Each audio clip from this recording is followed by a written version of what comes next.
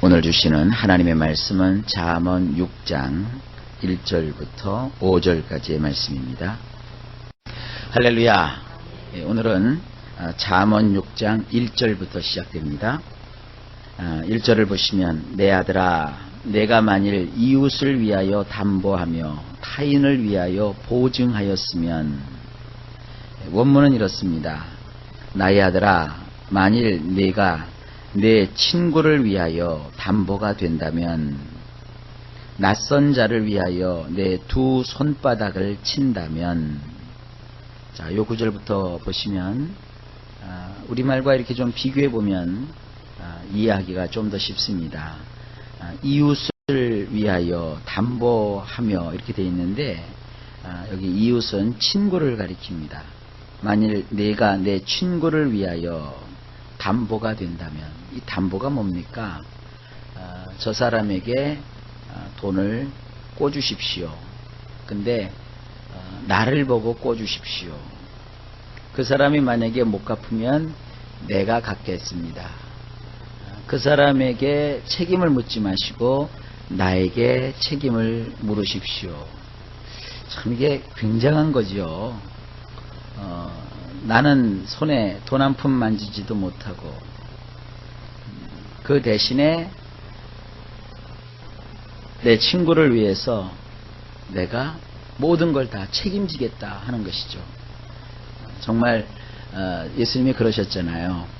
자기 친구를 위해서 목숨을 버리는 행위, 이거보다 더 귀한 것은 없다 그랬는데, 사실 이 세상 살면서 친구를 위해서 목숨을 버린다, 이게 참 좋은 건지 나쁜 건지. 근데 좌우지간 오늘 성경에 보면 만일 내가 내 친구를 위해서 그렇게 담보가 된다면, 또 한 가지는 낯선 자를 위해서 내 두 손바닥을 친다면, 이 손바닥을 친다는 것을 우리 성경은 보증했다 이렇게 표현하고 있습니다. 이 보증이라는 것은 이 맞장구를 쳐주는 거예요. 맞장구를 탁 쳐주는 거예요.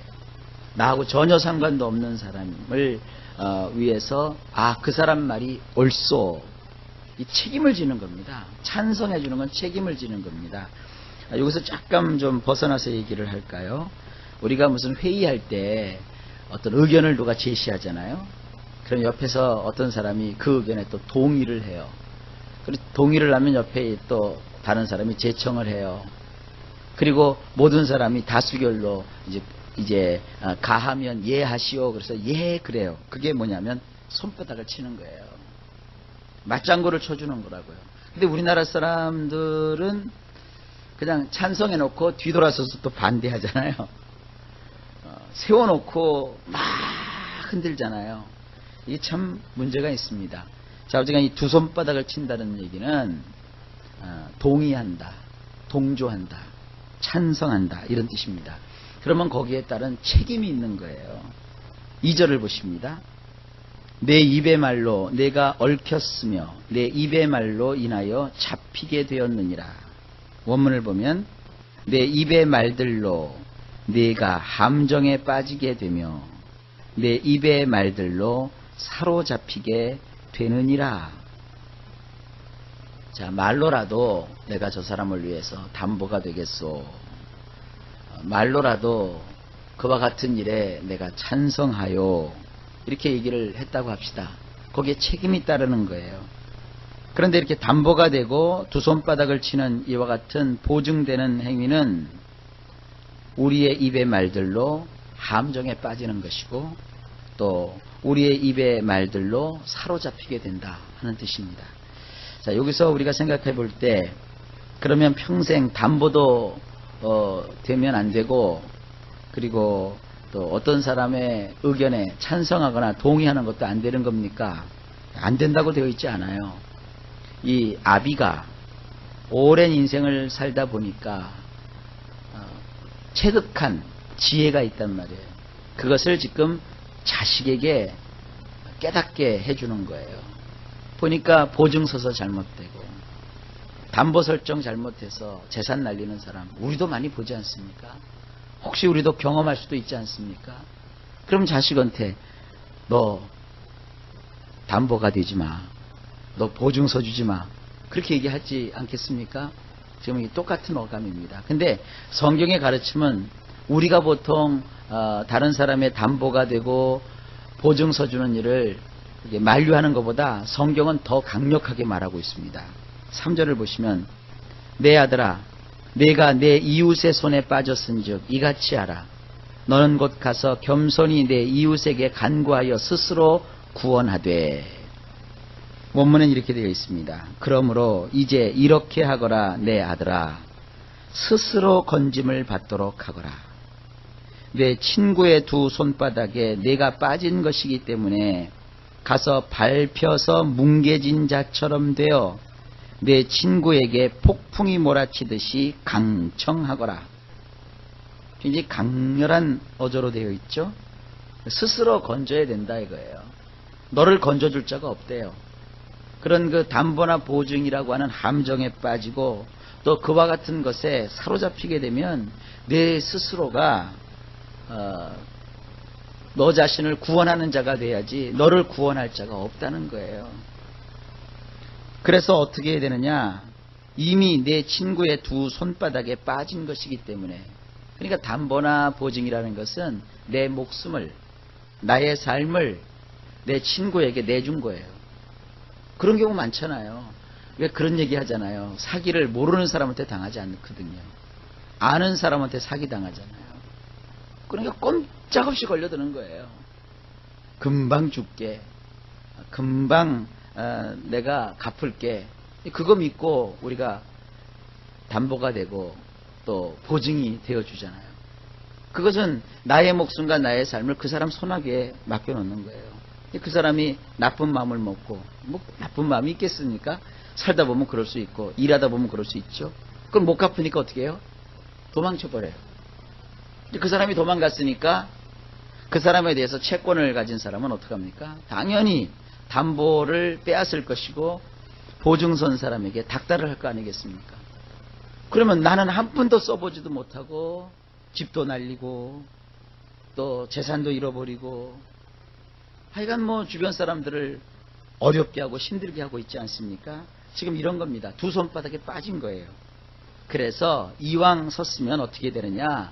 가서, 여기 우리 성경에는 겸손히라고 표현되어 있는데 이 겸손이라는 말이요, 원문에 보면 밟혀서 뭉개진 자처럼 되어서, 진 이겨진 자처럼 되어서 내 그 친구에게 폭풍이 몰아치듯이 강청하라. 그래서 친구 그 담보빨이 풀자. 나 이 보증 쓴 거 이거 안 되겠다. 이렇게 하라는 거예요. 그러니까 이게 어떻게 보면 굉장히 인간성을 다 버리라는 얘기인데, 이건 뭘 강조하는 거냐면 차라리 이렇게 하는 게 낫지. 담보 설정해주고 보증 서주고 난 다음에 다리 쭉 뻗고 내 친구니까, 그 친구 능력이 많으니까 잘 해줄 거야. 그렇게 하지 말라 이거예요. 이것은 거꾸로 얘기하면 뭡니까? 담보 되지 말고 보증서 주지 말라, 이런 뜻입니다. 어휴 목사님, 그러면 세상을 어떻게 살아요? 그럼 여러분들 스스로 구원하라 그랬으니까 그 자기 몫이라고요. 내가 조금 사람들한테 좀 몰인정하다, 상대방에게 야박하다, 이런 소리를 들을지라도 담보는 내가 제공해 주지 않고 남을 위해서 보증을 써주지는 않겠다. 이렇게 스스로, 하나님 명령이 아닙니다. 내가 그렇게 할 수도 있고 안 할 수도 있다고요. 만약에 여러분들이 피치 못할 사정으로 담보를 제공해 줘야 될 때가 있고 보증을 써줄 때가 있으면 그것은 영락없이 함정에 빠지는 것을 기억하십시오. 그러니까 내가 이거 담보 해줘서 이거 잃어버릴 각오가 돼 있으면 해주시라 이거예요. 내가 이 보증을 써서 모든 걸 다 빼앗기는 한이 있어도 저 친구하고는, 저 사람하고는 내가 관계를 계속해야 되겠다. 그럴 땐 해주란 말이에요. 그러나 기억하시라 이거죠. 그걸로 인해서 잘 되는 일이 없다 이거예요. 어렵고 힘든 것을 네가 경험해야 되니까 내 아들아, 넌 이런 것을 잘 알아서 내 스스로를 구원하도록 하라. 네 자신을 잘 지켜라. 그리고 왜 금융업을 하시는 분들이, 그래서 겉으로 볼 때는 돈이 많고 화려할 것 같지만 그분들 속은 다 들어가 있다고요. 왜냐하면 담보를 잡고 또 보증을 내가 확보했지만 그 사람이 그거 돈만 받고 도망치면 그거 받아내는 게 쉬운 일이 아니거든요. 그러니까 이게 참 이 세상 사는 동안에 담보가 되고 보증이 되고 또 담보를 잡고 보증을 확보하는 것, 이것만 가지고서 이게 안심할 수 없는 겁니다. 그래서 이 5절 말씀, 4절 말씀과 5절 말씀이 딱 하고 대기하고 있어요. 4절을 볼까요? 내 눈을 잠들게 하지 말며 눈꺼풀을 감기게 하지 말고, 원문은 이렇게 되어 있습니다. 내 두 눈에게 잠을, 내 두 눈꺼풀에게 졸음을 주지 말거라. 지금 내가 담보를 제공해 주었고 보증이 되었다면 한시라도 두 눈에 잠을, 두 눈꺼풀에 졸음을 주지 말거라. 잠자지 못할 일이 생기는 거예요. 잠을 이루지 못할 정도로 보증이 되고 담보를 제공해 주는 것은 시급한 일이에요. 또 거꾸로 얘기하면 담보를 설정해 놓고 보증을 세웠다고 해서 내가 빌려준 돈을 다 받을 것이다, 이렇게 편안하게 있을 수가 없는 상황이라는 거예요. 5절을 보시면 이렇습니다. 노루가 사냥꾼의 손에서 벗어나는 것 같이, 새가 금을 치는 자의 손에서 벗어나는 것 같이 스스로 구원하라. 여기도 스스로 구원하라는 말을 우리 성경에서도 담고 있죠. 원문에도 이렇게 되어 있습니다.